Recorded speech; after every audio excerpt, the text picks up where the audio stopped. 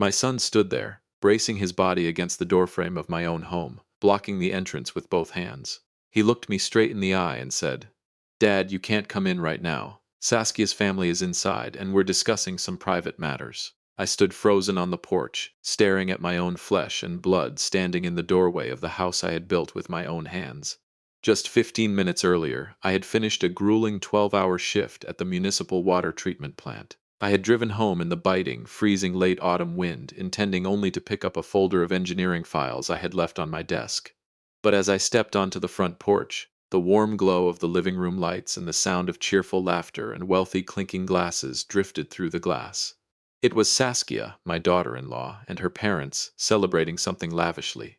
When I inserted my key, the heavy brass lock clicked. The solid oak door opened only halfway before it stopped abruptly. Julian, my 29-year-old son, had shot out like an arrow. He didn't greet me. He didn't ask how my day was. He simply braced his entire frame against the door, shutting it almost completely, looking at me with a mixture of panic and hostility in his eyes, as if I were a common thief trying to break into his private sanctuary. Welcome back to Whispered Truths. I'm Garrick Vance. Grab yourself a warm cup of coffee, a few snacks, get comfortable, and I will tell you this gripping story of betrayal, greed, and a father's ultimate quiet retribution. Before we begin, please do me one small favor. Leave a comment with the number 1 in the section below so I know you are ready, and hit that subscribe button. Your support is the absolute foundation that keeps this channel going. My hand rested flat on the steering wheel of my old Ford F-250, motionless as the engine hummed quietly in the driveway. I stared at my hands. They were covered in the thick, rough calluses of 31 years of hard labor, working in the high-pressure water pipeline systems of Portland, Maine. Today, those hands were trembling, not because of the freezing wind howling off the Atlantic, but because of a crushing, suffocating sense of humiliation that was tightening around my chest like a steel collar. Beyond the windswept windshield, my 2-story red brick house stood solid and quiet beneath the darkening evening sky. But today, it no longer felt like my home. It had been taken over, invaded by the very son I had once carried in my arms, and a daughter-in-law who wore a saintly, perfect smile. I looked back at the front door, remembering the coldness in Julian's eyes. I had searched for even the slightest trace of respect, a single flicker of filial warmth, but there was nothing, only an invisible, unyielding barrier. He had repeated himself, driving every single word into my chest like a blunt nail. "Dad, you can't come in here. Saskia's family is discussing something extremely important." My son's wealthy in-laws were inside my house. They were sitting at the mahogany dining table my wife, Emmeline, and I had spent an entire year saving up to buy. They were eating expensive catered food, drinking fine wine, and I, the true owner of the house, the man whose name was on every legal deed, every tax document, and every mortgage payment, was being turned away at the front gate like an unwanted beggar. The late afternoon wind swept across the wooden porch, biting and freezing. I pulled my key slowly out of the brass lock, the sharp sound of metal scraping against metal ringing out in the cold air. I didn't scream, I didn't shout. If 31 years of inspecting and maintaining the city's high-pressure water systems had taught me one fundamental principle, it was this: when a major pipeline develops a dangerous leak, shouting accomplishes absolutely nothing. You do not waste your breath screaming at the spraying water. You stay quiet, you remain perfectly calm. You trace the water back to its original source, and you shut off the main valve. I turned around, walked down the wooden steps, and headed straight back to my truck. Julian stood on the porch, watching me with a tense, guarded stance until I started the engine and backed out of the driveway. I sat in the truck, staring into the rearview mirror. My house still looked solid, its brick facade and heavy timber frame appearing untouchable, but I knew its foundation had already rotted away from the inside. A dark, calculated scheme had been set in motion long ago, and the mastermind was the very woman who had memorized every tiny habit my wife and I had. Let me tell you how everything fell apart. I drove away from my quiet, tree-lined neighborhood, heading south toward the industrial flatlands of the county office district. My mind was strangely, terrifyingly calm. When you have spent your entire career working with high-pressure municipal water mains, you learn that panic is your greatest enemy. If a steel pipe begins to crack under hundreds of pounds of pressure, panicking will only cause the entire street to blow apart. You must breathe, analyze the structural integrity, and locate your allies. I needed an ally right now. I needed Gideon. Gideon was my best friend. He was a retired structural and mechanical engineer who had spent 40 years inspecting commercial bridges and heavy steel foundations. He was a man who could spot a microscopic hairline fracture in a massive steel girder with his naked eye. 10 minutes later, I walked into the old, dimly lit coffee shop on the corner of the harbor. The scent of fresh coffee grounds and old paper filled the warm room. I sat down at a corner wooden table. My hands finally flat and still. Gideon looked at me. He didn't ask any stupid, unnecessary questions. He simply slid a steaming mug of black coffee toward me and waited. I told him everything. I told him about Julian blocking the doorway, the panic and hostility in my son's eyes, and the wealthy laughter of Saskia's parents echoing from my dining room. Gideon listened in absolute silence, his rough fingers tapping a steady rhythmic pattern against the table. For the past 31 years, I had been Garrick Vance, the dedicated guardian of the city's water infrastructure. My entire life had been defined by compliance, verification, and following procedures to the letter. I believed in official stamps. I believed in legally binding documents. I had always believed that if a man lived honestly, worked hard, and respected the rules of society, life would reward him with a quiet, peaceful retirement. My wife, Emmeline, was the exact same. She had devoted her entire existence to taking care of our family, placing an absolute naive trust in the people she loved. We had built that brick house with every single dollar we managed to scrape together. We had even established a comprehensive family trust to secure Julian's future, making sure he would be taken care of long after we were gone. Everything had been set up systematically, legally, and perfectly. I had believed our family system was completely untouchable. I believed I was a good guardian. Gideon looked at me, his deep, gravelly voice dropping into a quiet, serious whisper. Garrick, even the most perfect, state-of-the-art system will fail if someone deliberately sabotages it from the inside. Are you absolutely sure there weren't any warning signs before tonight? His words sent a sudden, freezing chill racing straight down my spine. My mind instantly began flashing back to the evenings over the past 6 months when Saskia, our thoughtful, highly organized daughter-in-law, had come to visit. Saskia was an outstanding senior legal assistant at a prestigious high society law firm in the city. She was a woman of meticulous detail. She always knew exactly how Emmeline liked her coffee, extra cream, very little sugar. She always knew to have a warm, steamed towel ready for me when I walked through the door after a late-night shift. Her politeness, her organizational skills, and her sheer perfection had once filled Emmeline and me with immense pride.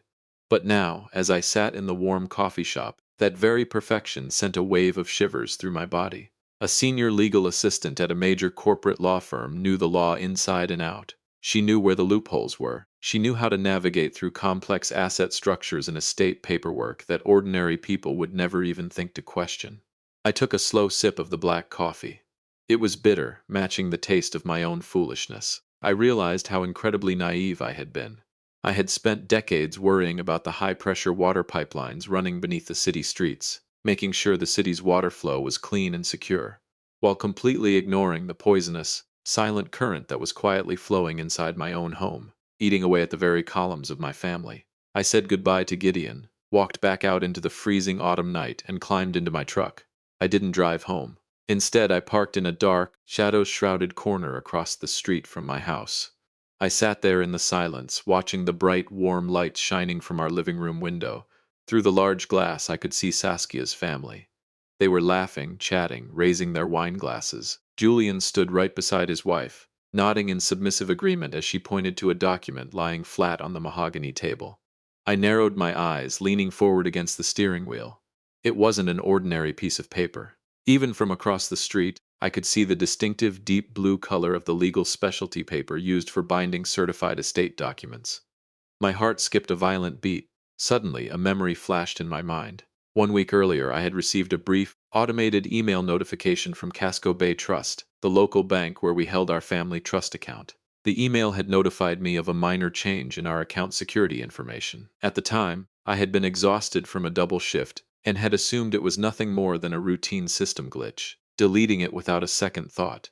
But now, as I connected all the pieces in the dark of my truck, a cold sweat broke out across my forehead. The blue document on that dining table was the key.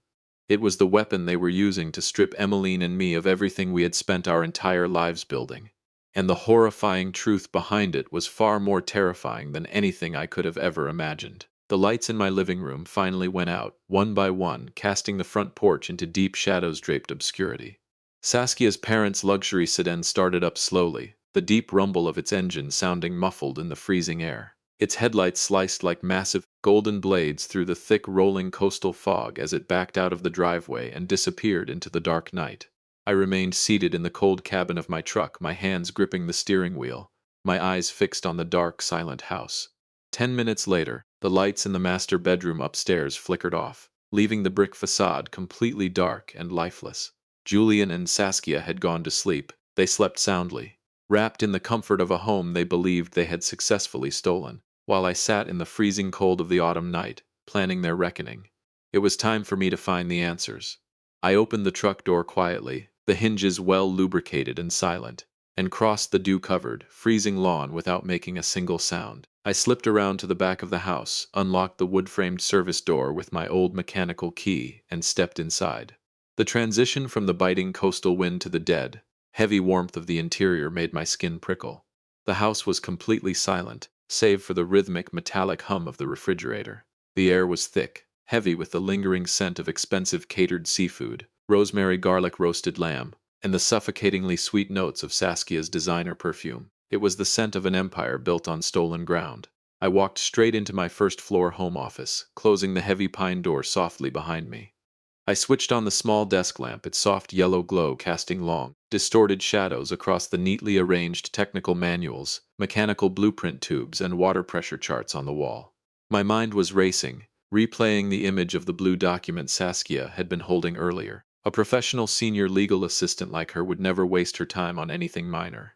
She worked for Vance and Blackstone LLP, one of the most prestigious corporate law firms in the state.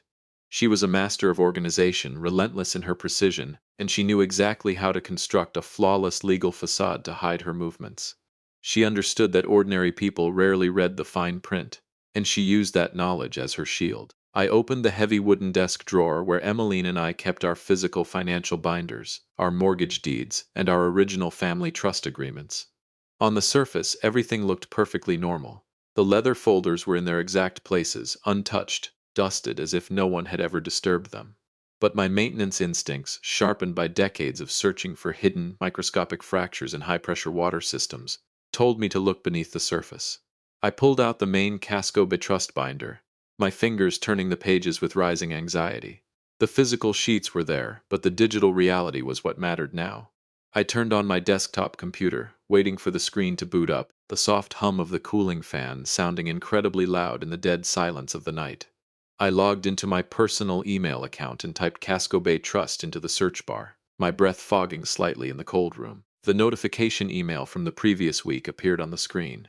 I clicked it open, and as my eyes scanned the lines of sharp, digital text, my breathing caught in my chest. A new co-owner had been officially added to the joint family trust savings and investment accounts belonging to Emmeline and me. The new name on the account was Saskia Thorne. The legal mechanism listed for this change was a professional abbreviation, power of attorney. An icy shock ran down my spine, a sensation so cold it felt like physical needles pricking my skin. I had never signed a single power of attorney document giving my daughter-in-law authority over my personal affairs. To obtain a valid POA, Saskia would have needed my legally authenticated signature, witnessed and certified by an active notary public. Such a measure was reserved exclusively for situations where the account holder had lost their mental or physical capacity, or had voluntarily delegated their authority. I was perfectly healthy. I had worked every single day for the past 31 years without taking a single day off. I was in full possession of my faculties. So how, in the name of God, did she manage to obtain a certified power of attorney over my life? How had she managed to bypass the security systems of a major financial institution? Then a specific complex clause in our family trust agreement flashed in my memory. The trust had been designed 20 years ago with a specific emergency safety feature. In the event of an extreme medical crisis or sudden incapacitation of one trustee, the signature of the other primary trustee was sufficient to temporarily appoint an administrator to manage the funds to pay for medical care.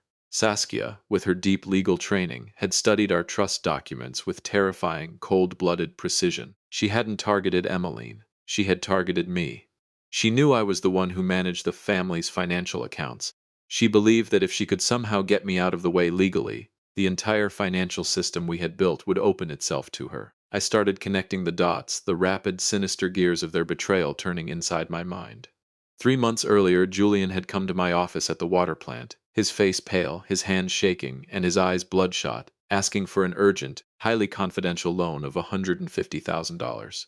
He claimed that he and Saskia's newly opened high-end restaurant, the Gilded Hearth, was experiencing a few minor temporary cash flow difficulties due to changes in the local market and rising ingredient costs. I had refused. I had refused because that money represented Emmeline's entire retirement fund, a sacred nest egg we had sacrificed our youth, our health, and our comfort to build. Julian had flown into a violent, unhinged rage, screaming that I was a cold, selfish miser who cared more about bank accounts than my own son's future. Before storming out of the office and slamming the door so hard the glass partition rattled. Now, as I sat in the dim yellow light of my home office, I wondered what those minor cash flow difficulties had actually been.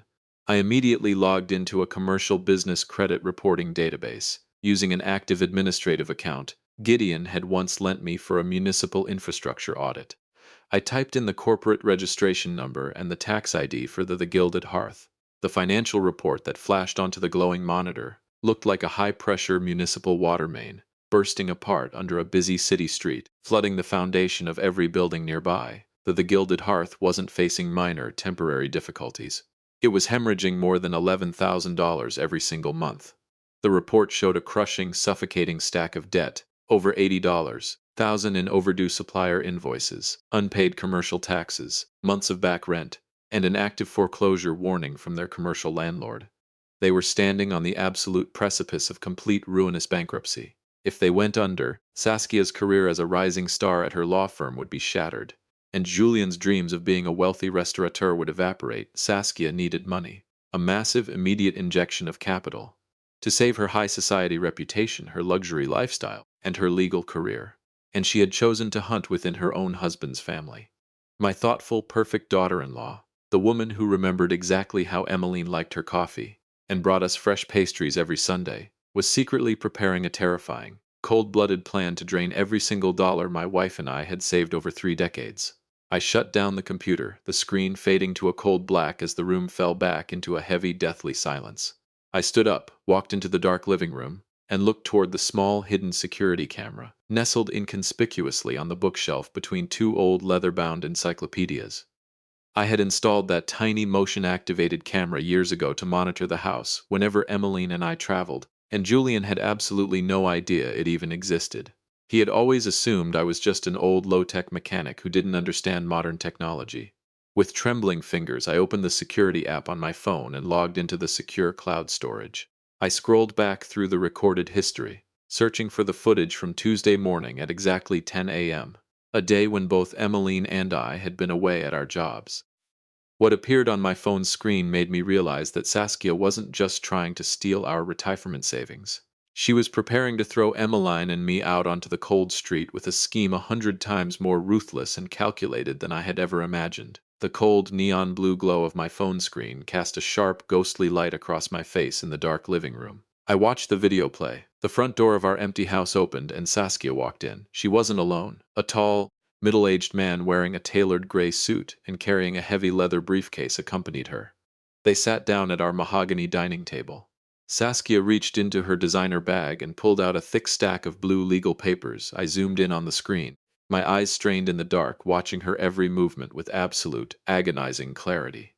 Her meticulous, professional training as a legal assistant was visible in the organized way she arranged the documents on our table. Saskia pointed to a specific clause on the paperwork, explaining something to the notary.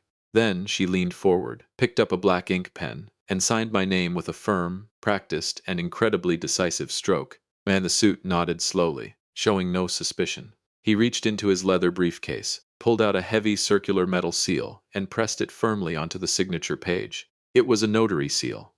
They were finalizing and certifying a forged power of attorney right there in my own house, using my own dining table with a breathtaking, terrifying level of confidence. I paused the video, my chest rising and falling heavily as I struggled to draw breath in the silent, cold room. The truth was, I had been so focused on maintaining the massive, high-pressure pipeline systems beneath the city streets that I had failed to notice the catastrophic leak that had developed right inside my own home. I had been blind. But now the silence was over.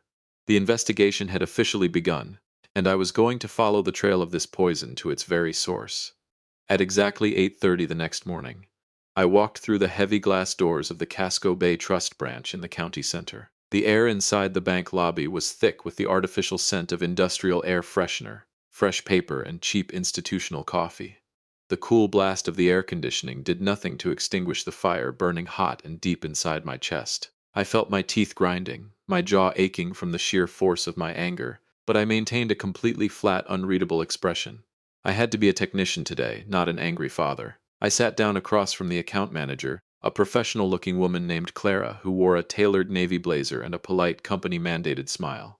I placed my identification card flat on her glass desk. In a voice that was perfectly calm, steady, and entirely devoid of any emotion, I said, "I am Garrick Vance. I need to review every single document related to the ownership and administrative changes made to my family trust account over the past 2 weeks." Clara looked at me, then at her monitor. She began typing, the steady, rhythmic clatter of her keyboard filling the heavy silence of the office. As she scrolled through the secure database files, her polite expression shifted ever so slightly, the color draining from her lips. She looked back up at me with a look of quiet sympathy and underlying panic in her eyes. "Mr. Halverson, your family trust account was modified under a registered power of attorney 2 weeks ago," Clara explained softly, her hands folding over her keyboard. "The legally appointed attorney, in fact, is Saskia Thorne. The paperwork submitted appears to be entirely valid, bearing your signature and a certified notary seal. She currently has full legal authority to withdraw funds, transfer assets, and conduct any financial transactions on your behalf. According to our system, she has already initiated a series of pending transfers."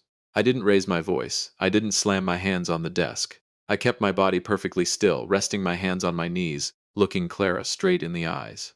"I have never signed any such document," I said, my voice a quiet, freezing rumble that made her sit up straighter. "I want to see the original physical power of attorney." Clara hesitated for a fraction of a second, realizing the massive legal implications of my statement. She stood up, unlocked the security gate, and walked into the secured archives room in the back of the bank. The 5-minute wait felt as long as my 31 years on the job. I could hear the hum of the fluorescent lights, the distant chatter of tellers, and the thumping of my own heart. When she returned, she was carrying a manila folder containing documents printed on the distinctive blue specialty paper, used exclusively for certified legal instruments. She slid it gently across the desk toward me. My eyes locked onto the signature line at the bottom of the page. The space reserved for the principal's signature, there in dark blue ink, was my name. Garrick Vance. At first glance, it looked remarkably like my handwriting. The slant of the letters, the spacing, and even the aggressive, decisive underline I always placed beneath my name had been imitated with terrifying skill. Saskia indeed was clever. She had spent years quietly observing my signature on tax forms, Christmas cards, and utility bills around the house, practicing it in the dark, refining it until she believed it was flawless. But she had made one fatal mechanical mistake. I gently ran my index finger over the cool paper, stopping at the first letter. The capital D in Garrick. My natural, handwritten D always had a very distinctive, sharp curve at the bottom that swept sharply back toward the left. It was a physical habit I had carried since my younger days in the military, a muscle memory that had never changed in 50 years. But the D on this forged document curved entirely in the opposite direction. It was too rounded, too smooth, too perfect. This wasn't my natural signature. It was the work of someone mechanically trying to trace and copy a pattern they had memorized, lacking the raw, unpolished speed of the real writer. It was the signature of a legal assistant, not a systems maintenance engineer. I lifted my head, my eyes cold as ice as I looked at Clara. "This is not my signature. This entire document is a sophisticated forgery. Look at the letter D. It curves the wrong way. I want you to make an official copy of this document immediately, and I want a formal written freeze placed on all pending transactions. If you transfer a single dollar of my retirement funds, Casco Bay Trust will be held legally liable for facilitating grand larceny." Clara became incredibly tense. She took the document back, her fingers trembling slightly as she realized the massive legal liability Casco Bay Trust was facing. If they had activated a forged power of attorney without properly verifying the identity of the principal, the bank could be held liable for hundreds of thousands of dollars in damages. She immediately picked up her phone, calling the bank's Security and Risk Assessment Division, her voice shaking as she explained the situation. I stood up, took out my phone, and took high-resolution photos of both sides of the forged document, making sure to capture the red circular notary seal in the lower right corner. The seal bore the name of a notary public named Cassian Sinclair. Saskia believed that her position as a senior legal assistant gave her the power to manipulate the system, using official stamps and blue paper to blind the bank's clerks. But she had forgotten one fundamental truth. No matter how sophisticated a system is, the human element will always leave behind the smallest flaw. And that incorrectly curved D was the flaw that was going to tear her entire world apart. I walked out of the bank, gripping my phone tightly in my calloused hand. I got into my truck and immediately drove straight to the county recorder's office, housed inside a cold, gray stone government building downtown. The air inside the building was damp and cold, and the sound of my heavy work boots striking the marble floor echoed sharply through the grand corridors. I had arranged to meet Beatrix Montgomery, a highly respected attorney specializing in complex asset fraud and estate recovery. Beatrix was an old acquaintance of Gideon's, a woman known for her razor-sharp legal mind. When I walked into her office, she was waiting for me, surrounded by towering stacks of legal case files and the comforting scent of aging paper. I placed the high-resolution photographs of the forged power of attorney on her desk. I pointed directly to the incorrectly curved D in my signature, and then to the red circular notary seal bearing the name Cassian Sinclair. Beatrix put on her reading glasses, leaning in close under her desk lamp to study the images. She didn't say a word. Instead, she turned to her computer and began typing rapidly, accessing the state's active notary public database. Suddenly, her fingers stopped on a line highlighted in bright red. She looked up at me, her eyes sharp as scalpels behind her spectacles. "Garrick," Beatrix said, her voice dropping into a low, dangerous whisper. Cassian Sinclair was indeed a licensed notary public in this county.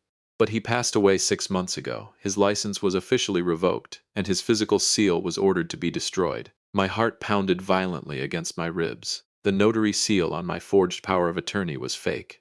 Saskia had used her position at Vance and Blackstone LLP to gain access to the secure archive of expired, returned, or undestroyed notary stamps belonging to deceased or retired officials. She knew that bank clerks rarely cross-referenced a notary's active status in the state database. They simply looked for the physical presence of the seal and the blue paper. She had gambled against the system, and she had won the first round. Beatrix leaned back in her leather chair, a sharp, cold smile playing on her lips. "Your daughter-in-law is incredibly reckless, Garrick. She forged your signature. She used the seal of a deceased notary to bypass the trust controls. This is no longer a civil family dispute. This is a class of felony. It is first-degree identity theft, forgery of a legal instrument, and grand larceny." I stood motionless, my teeth clenched so tightly my jaw ached. The betrayal had gone far deeper than anything I could have ever imagined.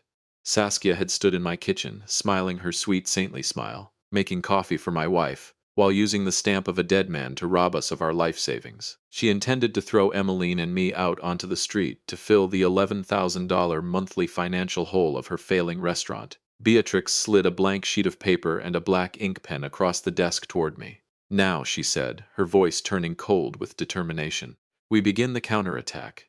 The first step is for you to authorize me to file emergency subpoenas. We will freeze your family trust account, compel the bank to secure their surveillance footage, and launch an internal investigation at Saskia's law firm." I picked up the pen. My hand was perfectly steady. I signed my name at the bottom of the authorization, ensuring that the letter D in my signature curved sharply and proudly to the left. When a pipeline leaks, you don't scream at it. You seal it. I wasn't going to confront Saskia with emotional arguments or empty shouting. I was going to use the law, the very weapon she trusted most, to crush her. The next 6 weeks were the greatest test of mental and emotional endurance Emmeline and I had ever faced in our 40 years of marriage. Following attorney Beatrix Montgomery's strict instructions, we had to act as if we knew absolutely nothing. We had to live under the same roof, share meals, and smile while a parasitic war was being waged against us from the inside.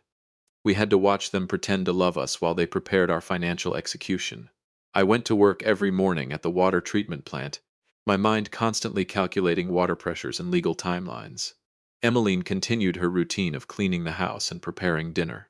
Saskia still stopped by 2 or 3 times a week, wearing the same sweet, thoughtful smile, bringing fresh pastries or baking a homemade cake. But now, every single time she walked through our front door, I saw the invisible stain of the dead notary's seal branded across her forehead. It was utterly revolting, a physical effort not to wipe that fake smile off her face. One evening during the 3rd week of our silent war, Saskia sat at our mahogany dining table, chatting with Emmeline. With a casual, almost careless tone, she mentioned that she was reviewing some family paperwork to make tax management more convenient for us as we got older. She suggested that it might be wise to add her name as an administrator on a few of our personal investment accounts, claiming it would save us from having to deal with the complex paperwork in our retirement. Emmeline looked Saskia straight in the eyes. My wife was a gentle, soft-spoken woman, but she was no fool. When I had shown her the photographs of the forged signature, pointing out the D that curved the wrong way, and explained the truth about the dead notary's seal, she hadn't cried. She hadn't screamed. She had simply stood in silence for a long, heavy moment before nodding her head slowly. She had processed the betrayal with the quiet, unbreakable steel of a mother who had realized her own child was helping an outsider rob her. Now, as Saskia sat at her table, offering her sweet, poisonous suggestions, Emmeline simply smiled gently, taking a slow, elegant sip of her chamomile tea. That night, after Saskia had left, Emmeline stood at the kitchen sink, washing the porcelain teacup her daughter-in-law had just used. She turned to me, her voice terrifyingly calm, her eyes reflecting the cold light of the kitchen. That girl remembered exactly how I like my coffee, Garrick, and forged my husband's signature with the very same hand. I almost have to admire the sheer, chilling coldness of her heart. She didn't view us as family. She viewed us as assets to be liquidated. Emmeline's quiet composure gave me a renewed, unbreakable strength. We no longer saw Saskia as our daughter-in-law. She was an intruder, a toxic threat to our survival. Throughout those 6 agonizing weeks, Beatrix Montgomery worked tirelessly behind the scenes, building our legal armor piece by piece. The emergency court orders were granted. The bank accounts were quietly frozen under a sealed judicial directive, preventing any funds from being withdrawn or transferred. The prestigious law firm of Vance and Blackstone LLP was served with a confidential administrative subpoena.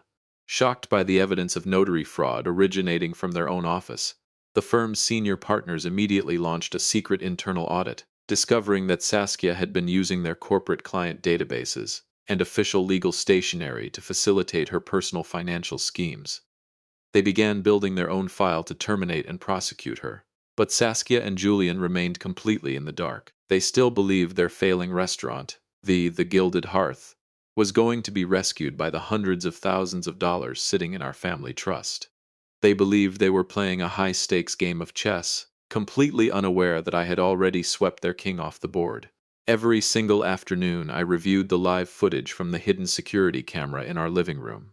I watched Saskia quietly checking our physical mailbox before Emmeline and I returned from work, searching for any warning letters from the bank. I watched her make frantic, hushed phone calls from our sofa, her face growing increasingly pale and anxious as the days passed and the trust funds remained locked. The trap had been laid, every steel link of the chain secured in place. All it needed now was a single spark to trigger the collapse. The 6 weeks of silent, grueling endurance finally paid off on a cold Friday afternoon. Beatrix Montgomery called my private line, her voice filled with a calm, professional victory that made the weight on my shoulders feel slightly lighter. Every piece of forensic evidence had been certified. The bank had provided the surveillance footage of the forgery. Saskia's law firm had completed their audit, compiling a massive file of her corporate infractions. The court had approved our petition. Saskia, growing increasingly desperate as the restaurant's debt mounted and the bank funds remained frozen, took the initiative. She called Emmeline, her voice sounding high-pitched, strained, and filled with a false, manic excitement. She said she was bringing her parents over to our house for a special family breakfast on Saturday morning. She claimed she had a massive, wonderful surprise to announce, a project that would secure our family's wealth forever. She believed that Saturday was going to be the day she finally collected the reward for her 6 months of meticulous, silent planning. She believed she was going to walk out of our house with her hands on our life savings. But she had absolutely no idea that I had prepared a very different surprise for her, waiting right at the front door. Saturday morning arrived, the coastal sky over Portland as dark and cold as a sheet of lead. A freezing, heavy rain began to fall, pattering against the windows of our dining room, matching the grim, unyielding determination in my heart. I stood in the center of the living room, wearing my best flannel shirt, holding the heavy blue case file Beatrix Montgomery had delivered to my office the night before. At exactly 9 a.m., Saskia's parents' luxury sedan pulled into our driveway, its tires crunching against the wet gravel. Their loud, wealthy laughter drifted through the door as they walked onto the front porch, just as it had 6 weeks earlier. They shook off the rain, adjusting their expensive coats, preparing to celebrate their stolen victory. Julian walked in first, followed by Saskia and her parents, Alistair and Vivian Thorne. They carried themselves with the effortless, arrogant confidence of people who believed they had already won. But the triumphant, practiced smile on Saskia's face froze the moment she saw Emmeline and me already seated at the dining table. There was no breakfast. There was no fresh coffee. There was only a heavy, suffocating silence that made the room feel like the moments before a violent storm. Julian frowned, stepping forward with the false confidence of a son who believed he was the master of the household. He looked at me, his voice sharp, condescending, and impatient. "Dad, what is this?" "I already told you. Saskia's family is here to discuss an extremely important corporate matter today. You and Mom should go out for a walk. We need the space. Why haven't you set the table?" I didn't stand up. I didn't raise my voice. I simply placed the thick blue file flat on the mahogany table. The soft, heavy click of the cardboard echoed through the silent room like a gunshot. I looked my son straight in his eyes, my gaze cold and unyielding. "Julian, this is my house, and the only person who needs to leave this room is your wife." Saskia stepped forward quickly, her face pale but her professional composure as a senior legal assistant immediately kicking in.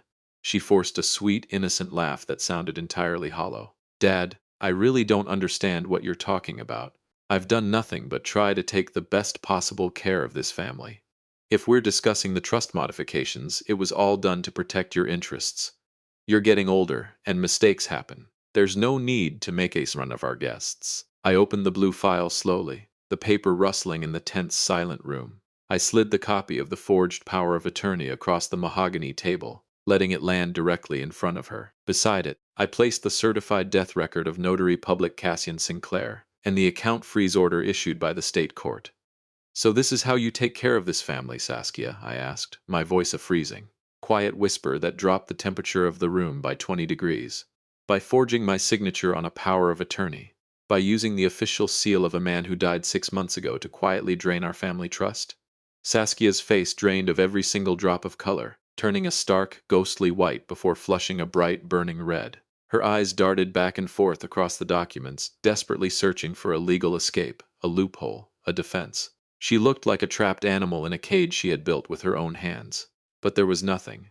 Beatrix Montgomery had sealed every single door, leaving her absolutely no room to maneuver. Her parents, Alistair and Vivian Thorne, picked up the paperwork, their hands beginning to tremble violently as they read the charges of notary fraud, identity theft, and corporate misconduct.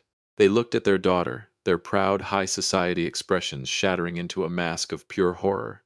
Julian stared at the incorrectly curved D on the forged signature, his face turning completely pale as panic flashed in his eyes. He turned toward his wife, his voice shaking with a cowardly, desperate performance as he tried to play the victim. "Saskia, what is this?" Julian barked, his voice cracking, his fingers clutching his hair. "You told me this was completely legal. You told me it was just a standard family trust update. Why would you forge my dad's signature? Why would you do this to us?" I watched my son's pathetic performance. He wasn't shocked by the forgery itself. He was absolutely terrified because the crime had been exposed, and he was trying to throw his accomplice overboard to save his own skin. He wanted to preserve his inheritance and his freedom, even if it meant destroying the woman he had partnered with. But Saskia wasn't the kind of woman who would quietly take all the blame alone.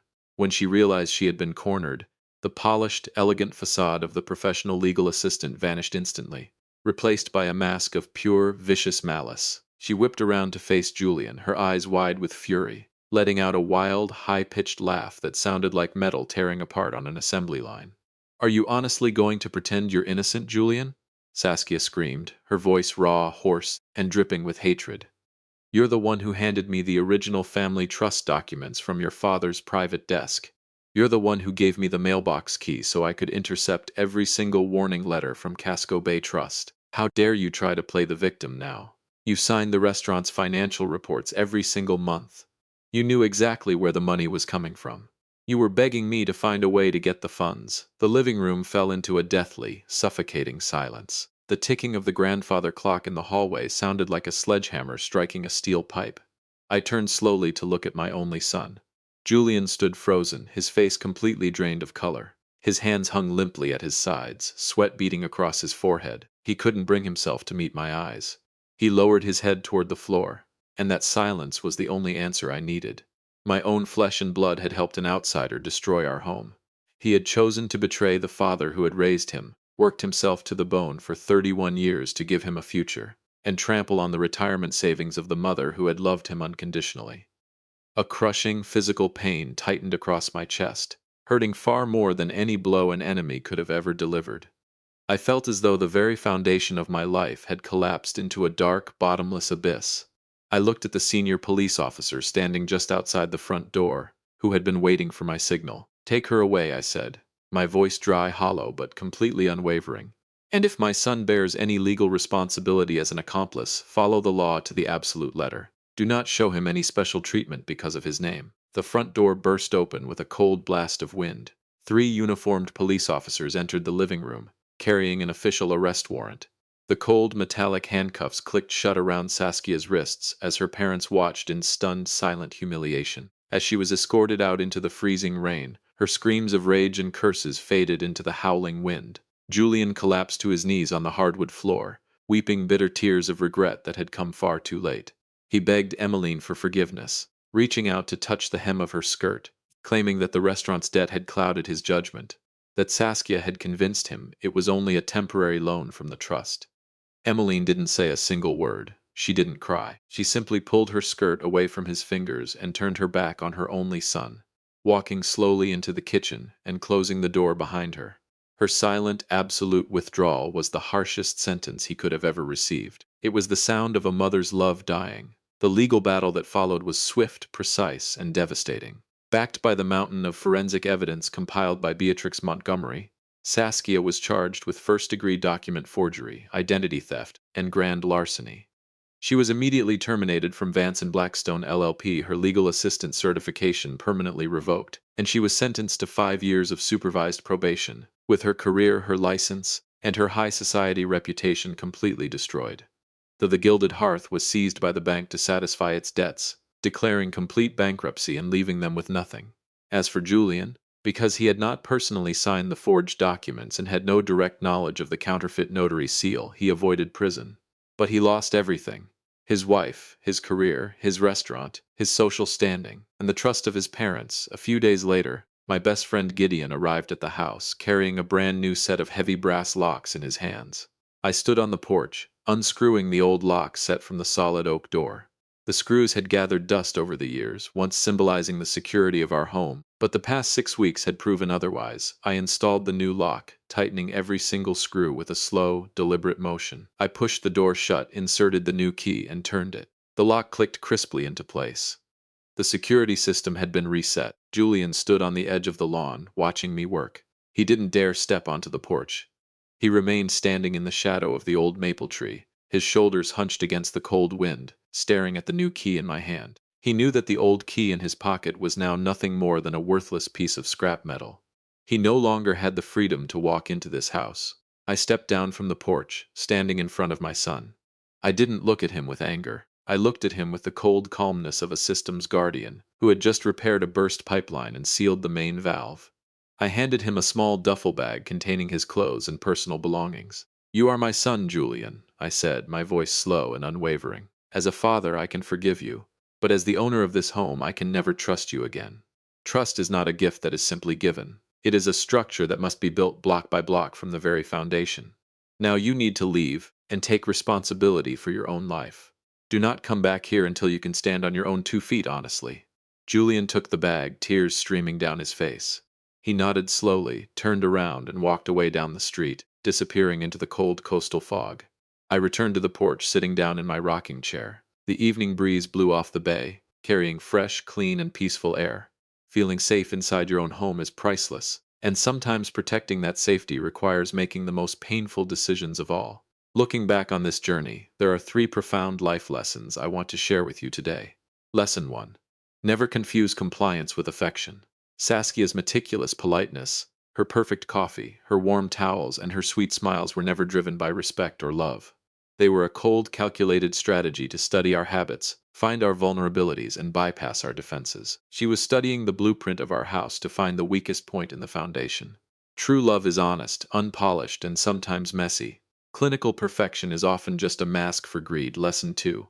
When a system is compromised, you must shut off the main valve immediately. You cannot negotiate with a leak. You cannot make a deal with a parasite. You must cut off the flow completely. even if it means severing your own flesh and blood to protect the foundation of your life. If you allow the leak to continue out of pity, it will eventually wash away the entire structure. Lesson 3. Trust is an expensive structure. It takes 30 years to build, but it can be destroyed in less than 10 seconds by a single, cowardly choice. Once that structure collapses, do not try to rebuild it with the same broken pieces. Move forward, establish your boundaries, and never apologize for protecting your peace. If this story touched your heart or reminded you of the importance of protecting your assets and your boundaries, please share it with someone who needs to hear it. And if you want to support this channel where the truth always wins, hit the like button and subscribe. Leave a comment with the number 5 so I know you watched this far, along with the city you love. Thank you for joining Whispered Truths. Protect your family, protect your assets, and always stay alert. Until next time, peace.